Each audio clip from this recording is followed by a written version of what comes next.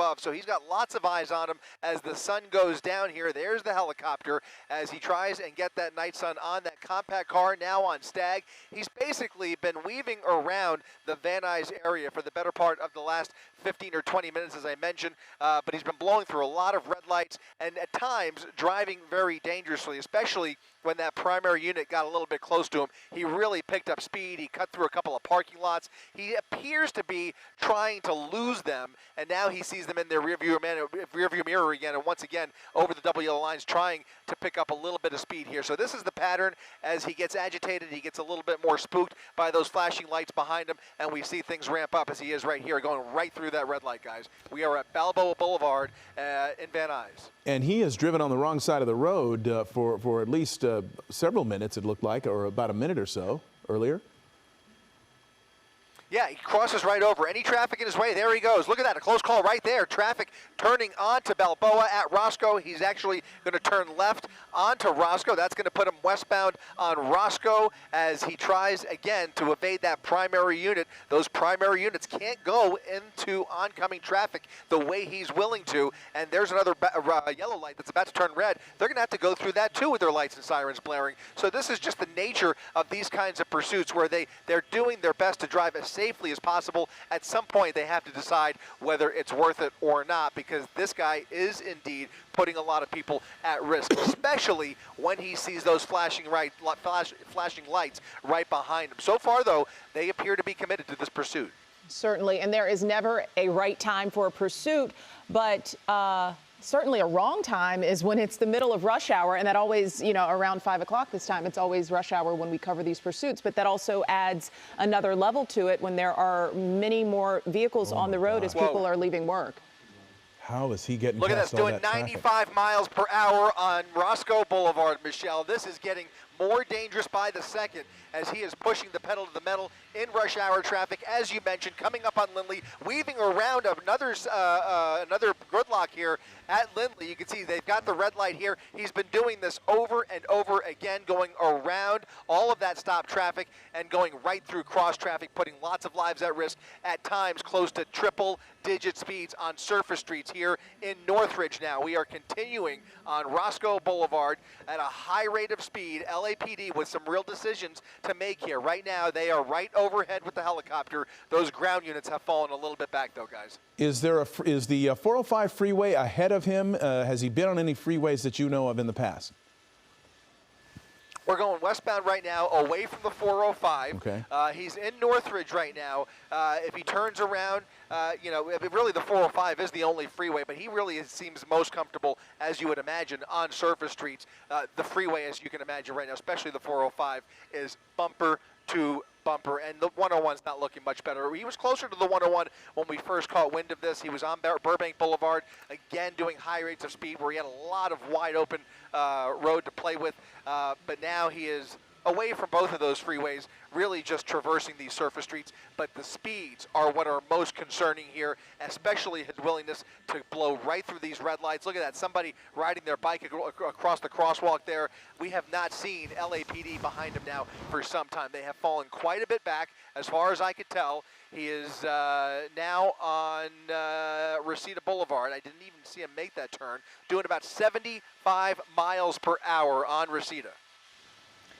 When we got a glimpse of this individual through the windshield there, it looked like he was really white-knuckling it on the steering wheel, as you mentioned, both hands there just trying to evade authorities as he continues to kind of blow through some of these intersections. Based off what you're seeing, do people seem to understand or know or have some idea there's a pursuit going on, or are the LAPD cruisers so far behind that they don't really know what's going on? That's what's worrying me here. They have no way of knowing. This guy is coming right up behind them at really, really fast speeds, doing about double the speed limit here. We're getting our first little glimpse through that driver's side window, which happens to be rolled down here, going through. He's got the green light there. Wow. That was Satakoy and Wilbur. He's back on Satakoy. He has been on Satakoy a number of times. He appears to be doing a pretty wide loop through this part of the West Valley. LAPD still nowhere close to catching up to him. If they can at least get in the vicinity, those lights and sirens will warn people about the pursuit that's coming up behind them.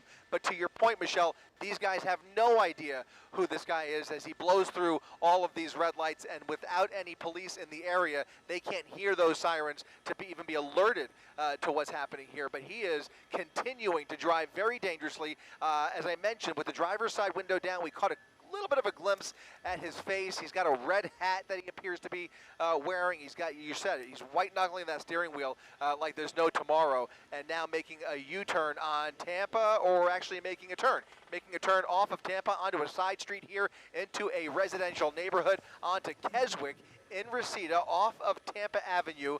There are now police making the turn, or about to make the turn off of Tampa with him. That's going to be, what is that, Calvin at the end there? Yes, there Calvin. are LAPD units, about 3 of them on Satakoy, that are about to make the turn with him. So he's about to have more flashing lights in his rearview mirror, and I imagine the trend will continue. As he sees them pull up behind him, he will pick up more speed. And in this residential neighborhood, that has to worry everybody. I am concerned about the danger of this pursuit. Yeah, as he goes through this residential neighborhood, of course, at this time of the evening, people are home, they're walking their dogs. Somebody was out there right now, that somebody was taking looks like they were getting video of him. They had their phone out and getting shots of the guy. Maybe they knew he was heading this way. I don't know, but they were out there and they had their phone up and they were ready and seemingly waiting for him to pass by. This is Calvin Avenue and approaching Sherman Way in Reseda. So this is an area that he's he's been in Reseda, he's been in Encino, kind of the West Valley's kind of getting covered here by this pursuit. I don't know if it's a loop yet, really, that we can describe it, or is it, Yep. Chris? It is. It's a confirmed loop. This was exactly what I was thinking. I wouldn't even be surprised if they start. I mean, it's not really a clear pattern, but he has done several loops. In fact, when we first picked up this pursuit, he was going westbound on Satakoy, and now it's westbound on Sherman. He just turned off of Sherman now, but he did complete the loop. This is all happening in the Van Nuys Reseda area. Oh my God. We are west of Van Nuys Airport, back on Tampa. You remember we were on Tampa just a couple of minutes ago, and he has completed a tighter loop. If he can establish a pattern in this situation, they may be able to set up for a spike strip. Was that glowing, Rob, or was that okay? I thought for a minute those brakes were painted red, but they're not. Those brakes are glowing hot. He is really testing those brakes. You can see them glowing ever so slightly as we continue here down Van Owen. We were on Van Owen earlier too, so he's really repeating a lot of the same streets in this part of the valley here. Something tells me he might be setting up for a place to dump this vehicle. Again, this is a stolen vehicle, but he does appear to be most comfortable in this neighborhood, and if that is true, then he will look for a hiding spot at some point. Hopefully that would be the best case scenario, is again he ends up in oncoming lanes of traffic here, now turning onto Corbin off of Van Owen, and again more dangerous, erratic maneuvers with this guy. Just really holding our breath up here with this one. Yeah, and speaking of it being a stolen vehicle, I mean, if this isn't your car that you're used to driving, maybe there's a little bit of a learning curve there as well, as he's trying to accelerate this vehicle at maximum speeds and not being familiar with it enough to know, I guess, how to operate it efficiently. Yeah, you have to take that into consideration. You also have to wonder, what is his state of mind? What has prompted this? Obviously, it's a stolen vehicle, but what is his mental capacity at this point? Is he under the influence? What is his experience with this vehicle? All of those things. It really does matter, because at these speeds, it just takes one wrong move. And if he's under the influence, if he doesn't have his head together, it really could end so dangerously. And at the speeds we've been seeing, when he has the wide open road to play with here, the way he's been blowing through it, crossing these intersections at a high rate of speed, it really makes your heart skip a beat. Look at them. They're still doing a great job keeping up with him. They're only about a block behind him here as they make that turn with him. He's going to end up, he's going southbound now towards the 101 freeway, or he's actually going eastbound now, but he is making his way further south here, closer to the 101. He is on Topham, again crossing Calvin, and you can see he's blowing right through yet another red light, it looks like. He's got the red light here at Tampa, and no, he's making the turn, went around all that traffic in the turn lane, now made a southbound turn onto Tampa, heading towards the 101. He's in Tarzana now. So basically, folks, if you live in one of the neighborhoods that he is traversing, we've seen some residential areas, we've seen some industrial areas near Van Nuys Airport, but some residential areas that we should be concerned about tonight, because you can see the level of speed that he is using here, and it is pretty frightening. So if you are out there, if you're out walking or whatever, keep that in mind. It may come by, and if it does, you are at risk, because he's really going at high rates of speed. Is that a turn onto the freeway? Chris? He's thrown us a curveball and has now entered the 101 freeway, now going northbound on the 101. Not sure I saw this one coming, but this is probably the safest place for a guy like this with a need for speed. If he wants to end it on the freeway, law enforcement is A-OK with that. Obviously, there's never a great place, but the freeway is the best possible scenario for a guy like this. If CHP can get into position, they may be able to help create some traffic breaks here, but in rush hour traffic, that is difficult to do. Still, though, rather see this on the freeway than on all those surface streets. If he would have kept going, this could have very easily ended up on Ventura Boulevard, Mark, and we would have hated to see that. So he is now northbound on the 101 freeway, heading up through Woodland Hills, coming up on Winnetka Avenue. CHP has been notified. LAPD entering the freeway. Whether they will catch up with him or not, we will see here, but CHP may very well get involved. Again, this has been a dangerous pursuit. This is probably the safest place for it, but still the danger persists as this guy pushes the pedal to the metal every chance he gets here. He's hugging that number 2 lane. We'll see if he decides to get back off the freeway when he sees the traffic ahead of him here. Traffic is pretty heavy up and down the freeway on the 101, so he may think twice about staying with it, but you never know. I was going to ask you, what's the traffic look like ahead of him? If you look a mile or so, or however distance ahead, does it start to stack up, or is it flowing freely? Lots of traffic ahead of him. I would say it happens to be that the heaviest traffic is coming in the opposite direction. Either way, it looks like he is getting off of the freeway. Looks like he's getting off at DeSoto, but I could tell you that LAPD has just terminated this pursuit. So at the moment, they are putting a pause on this one. They are not going to continue this dangerous game of cat and mouse yet. But LAPD's airship is remaining overhead. So the pursuit has been terminated. The helicopter is still in place. We will see how the behavior behind the wheel changes here. We hope that he just decelerates here and goes into the night. If they're going to let it go, if they've made that decision that this is just too risky to continue, then let's just hope that he, calms down here, because if not, they'll be forced to re-engage. Whether CHP wants to get involved at this point or not is up in the air, but LAPD, for their part, is essentially hitting the brakes, so to speak, on this one. The airship, though, will continue to track it, it appears. We'll see if that continues, but right now he's heading northbound on DeSoto, and still driving pretty erratically as he weaves around all this traffic here. He's doing just above the speed limit here, over into the median here at the red light. Will he blow through this red light? That's the big question. Yeah, it seems like from this vantage point, it seems as if he's still going pretty quickly there. And as you mentioned, just kind of now on the wrong side as he kind of blows through this intersection here.